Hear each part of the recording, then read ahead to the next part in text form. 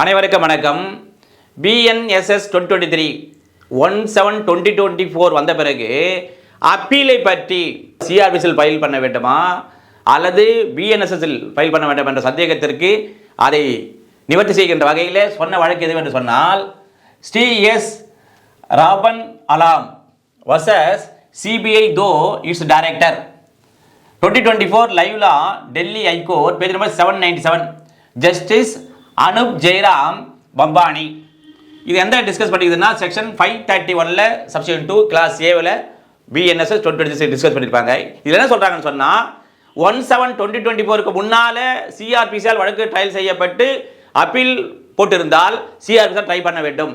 17/2024க்கு பிறகு அது அப்பீல் போட வேண்டுமென்றால் BNSSஆல் போட வேண்டும் என்று சொன்ன வழக்கு தான் இந்த வழக்கு. வழக்கு விசாரணை சிஆர்பிசியின் படி நடைபெற்றிருந்தால் கூட